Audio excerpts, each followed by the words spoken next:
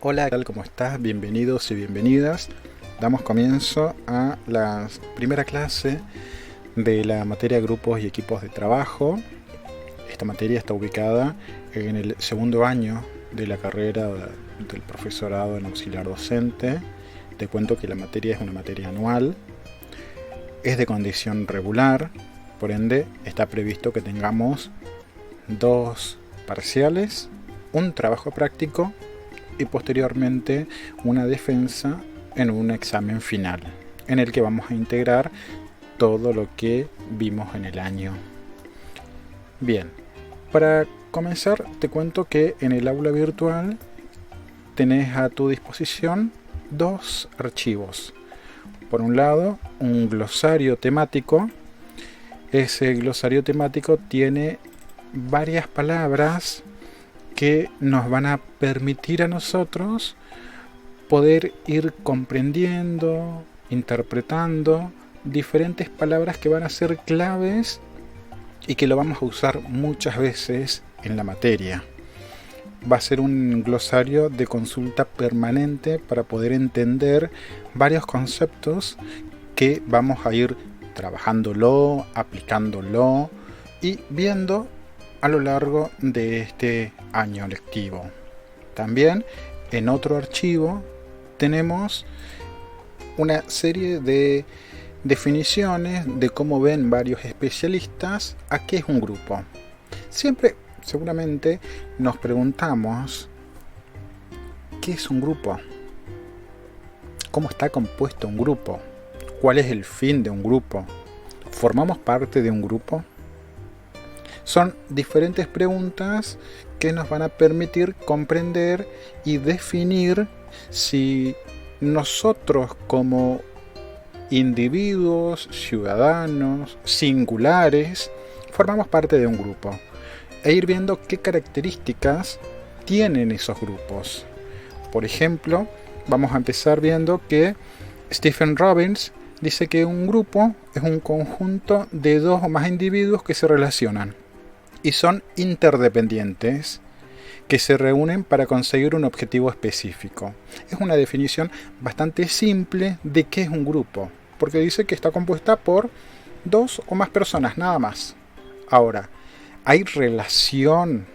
¿Qué tipo de relación hay entre esas personas? O el tipo de relación es conseguir algo.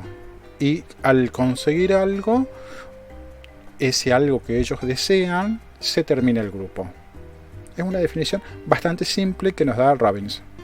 También hay otra definición que es la que da el psicoanalista Pichon Rivière, argentino él, y dice que un grupo es un conjunto restringido de personas ligadas por constantes espacio-temporales, el cual, articulado en su mutua representación interna, se propone en forma implícita y explícita una tarea que conforma su finalidad, interactuando a través de complejos mecanismos de asunción y adjudicación de roles.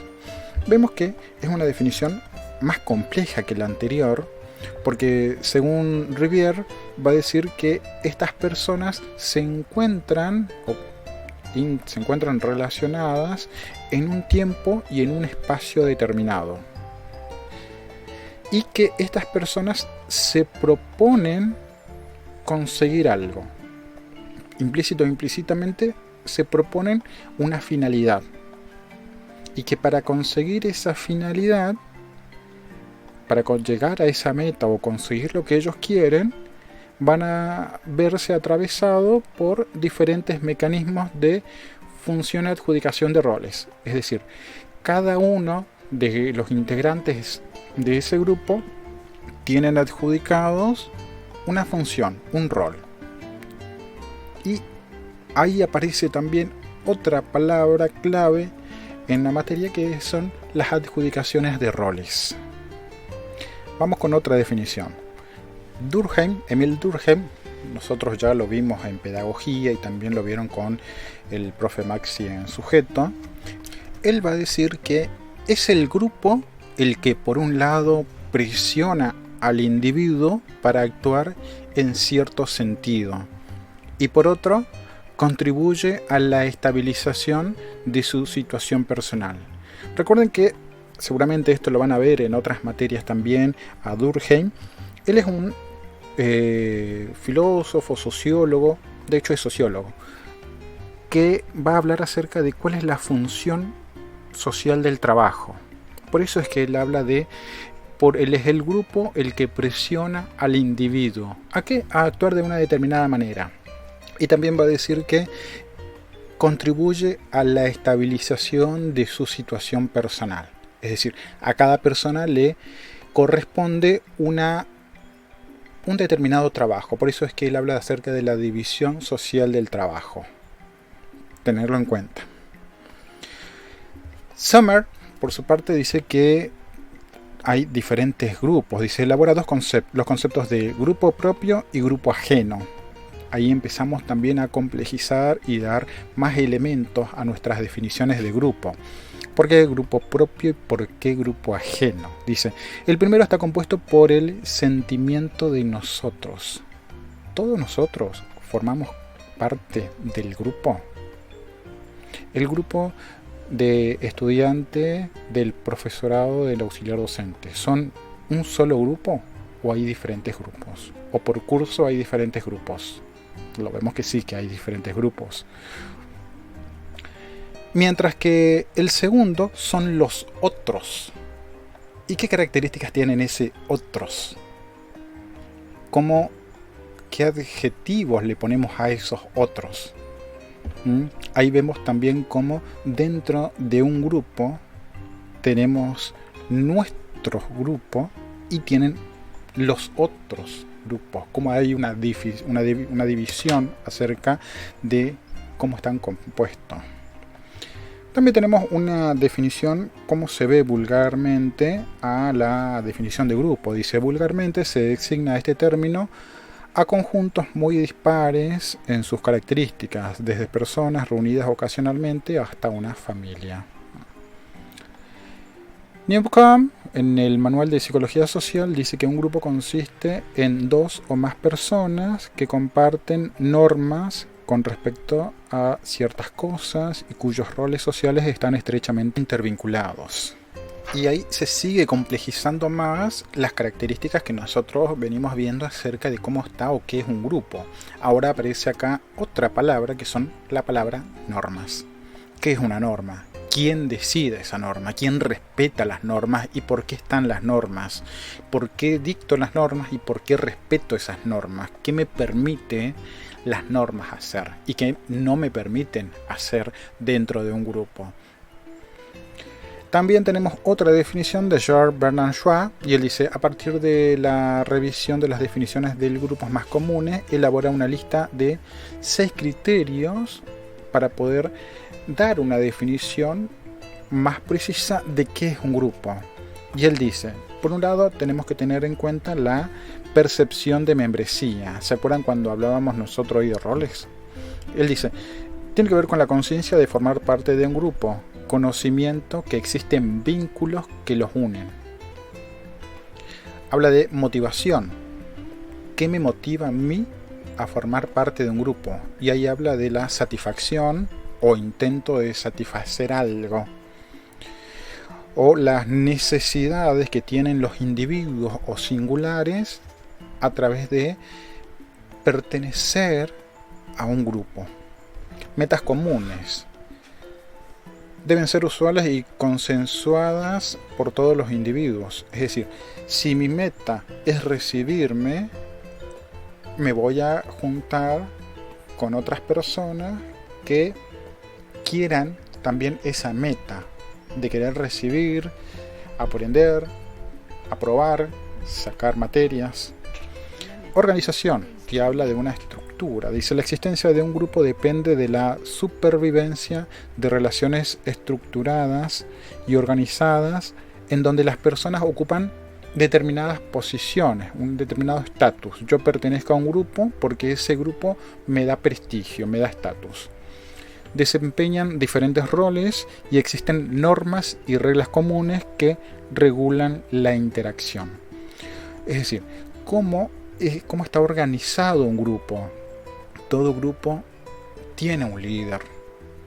Y ese líder es el que nos dice hacia dónde debemos ir, qué estrategias tomar, qué es lo mejor para el grupo. También otra de las características que dice Schwann para poder dar una definición de grupo es tener en cuenta la interdependencia. Y tiene que ver con la vinculación entre los individuos. ¿Qué hace que los individuos o los singulares de un grupo sean dependientes del otro? Aunque sus motivaciones o sus necesidades sean diferentes. Pero ¿qué hace que yo, formando parte de un grupo, dependo de la otra persona para que mi meta se cumpla? ¿Qué hago yo para que se cumpla la meta del otro? ¿Y qué hace el otro para que se pueda cumplir la meta a donde yo quiero llegar? También habla de interacciones interpersonales. Y acá tiene que ver con, fíjense que dice, tiene que ver con la actuación y comportamiento entre los miembros del grupo. Una de las disciplinas con que vamos a ir viendo y vamos a tratar de relacionarnos también es con psicología. Más adelante vamos a ir viendo también cómo grupos y equipos de trabajo se relacionan con otros campos o con otras disciplinas, con organización, con administración, con psicología, con el psicoanálisis. Acuérdense que la psicología es la ciencia que se va a encargar del estudio del comportamiento de las personas, y cuando hablamos del comportamiento estamos hablando de las conductas de las personas y cómo esa conducta, el comportamiento de la persona ayudan a que se conformen grupos. A eso lo vamos a ir viendo en las próximas clases. Entonces, fuimos viendo que un grupo está constituido por un conjunto de personas en interrelaciones, que esas personas se han reunido por diversas razones y que siguen una determinada organización que permite el funcionamiento de ese grupo. Ahora bien, todos los grupos parecen funcionar de acuerdo con procesos que les son más o menos comunes, pero que muchas veces no estamos acostumbrados a ver. Si no vemos las características que fuimos nombrando antes acerca de cómo están compuestos los grupos e ir analizándolo, vamos a ver que en todo grupo hay algo que es común y tiene que ver con la organización. Estos procesos, ocurren sin que muchas veces nos pongamos a observar, a analizar, a ver. Vivimos en grupos sin tomar conciencia de que en todo grupo existen leyes. Ahora, ¿qué leyes son estas? Para el funcionamiento de todo grupo hay leyes. Ahora, un sistema, por ejemplo, sería un sistema de participación, tareas concretas, comunes, determinar la modalidad de comunicación, cómo se da la bajada de línea, un conjunto de reglas denominados procedimientos, por ejemplo, de voto, de elección, un sistema de regulación conductual, las reglas de convivencia, las pautas de convivencia, o aquellos acuerdos a los cuales arriba un determinado grupo. Entonces, lo que podemos decir es que un grupo es un conjunto de personas singulares e independientes que constituyen verdaderamente un organismo en proceso donde lo uno, es decir, yo, y lo múltiple, es decir, los otros, se conjugan y se entrecruzan.